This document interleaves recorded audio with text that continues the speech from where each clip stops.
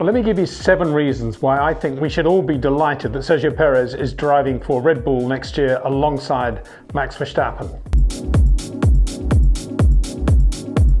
He's got nothing to prove. He's won his Grand Prix now, so alongside Max, he will be the perfect other driver. I wouldn't say number 2, teammate for sure, but he's got nothing to prove. None of the issues that come when you have another young driver who's trying to prove that he's maybe as quick as Max or even quicker. Sergio knows his own capabilities, we know who he is, and Max Verstappen knows who he is. And so I think the blend will be perfect.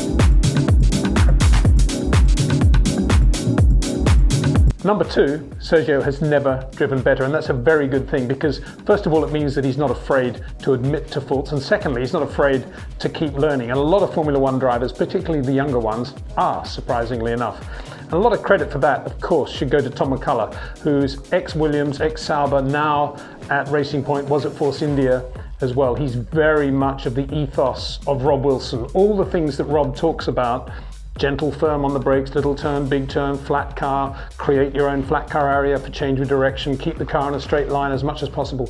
Tom has embraced all of that over the last 10 years, and a lot of that he's imparted on Sergio over the last 2 or 3 years. And I can tell you now, there was nobody more delighted by how quick Sergio was in the wet in Turkey than Tom. For him, that was a day when all the hard work, all the discussions, all the thinking about how to make a car work from the front end to the back, as distinct from just relying on the rear, all of that came to fruition that day in Turkey. And that's the Sergio Perez that Red Bull are now getting. Very, very polished driver right now.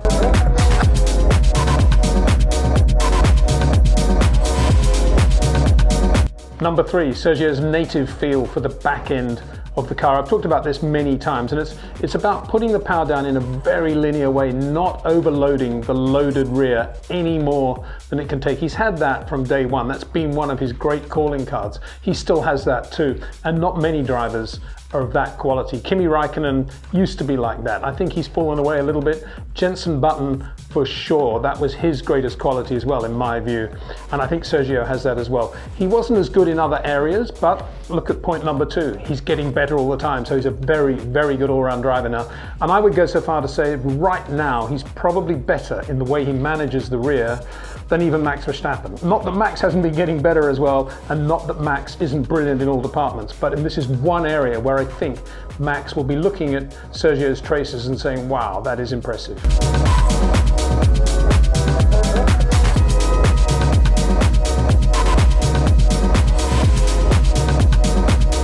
Number 4, and I think Max Verstappen will underline this, there is not a better driver on the grid in the matter of defense. When he's got somebody in his mirrors, maybe with a better car, maybe with more grip, Sergio Perez is still the most difficult guy in the world to overtake. Not because he does anything aggressive in defense, it's just that he places the car beautifully. We saw this in that Mexican Grand Prix when Max Verstappen on newer tyres just got stuck behind Sergio 3 or 4 years ago and just could not get past. And we saw it as recently as the Turkish Grand Prix when again Max just had to sit there and wait for Sergio's tyres really to go off before he could have a go at him.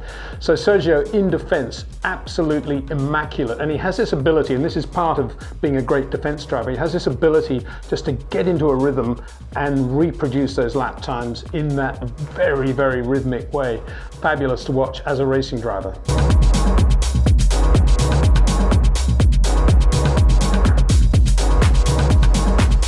Number 5, well, of course, Sergio Perez is still a very, very quick Formula One driver. Probably not as quick as Max Verstappen, and he knows that going in. This comes back to point number 1, I think. But equally, he's the sort of driver that Red Bull can always rely on to get a result if Max has any sort of problem. If Max has a car that's capable of winning a Grand Prix, as he did in Abu Dhabi, you can be sure that a Sergio Perez will be finishing at least 3rd, if not 2nd, in the same car.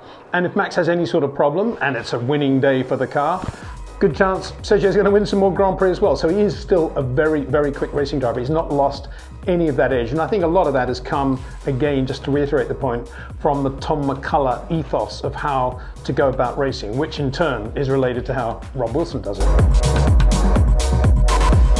Point number 6, it's more an emotional one this. I think Sergio will just maximize this opportunity. I think he's shown enormous dignity, dare I say grace, ever since it was clear that he was going to lose the Racing Point drive and Sebastian Vettel was going to take his place. I think he's handled that situation really well. Then came the win, and now this big opportunity. I think Sergio will embrace this. I think he'll appreciate it. And I think because of that, you will see even better Sergio Perez, because he will know when to push, when to shove, when to stay quiet, and when to back away. And finally, there's the karma of a round peg going in a round hole. Doesn't happen in Formula One. Doesn't happen very often when Red Bull are involved with drivers. There are a lot of people out there saying Red Bull will never hire Sergio Perez because he isn't one of their flock. Well, I've been banging on for the last month or so saying Red Bull have got to sign Sergio. And here we are within the space of 2 days. Red Bull, I think, have made two outstanding decisions on drivers. One, Yuki Tsunoda going to AlphaTauri, and two, Sergio now at Red Bull. So Dr Helmut Marko, congratulations, excellent choice.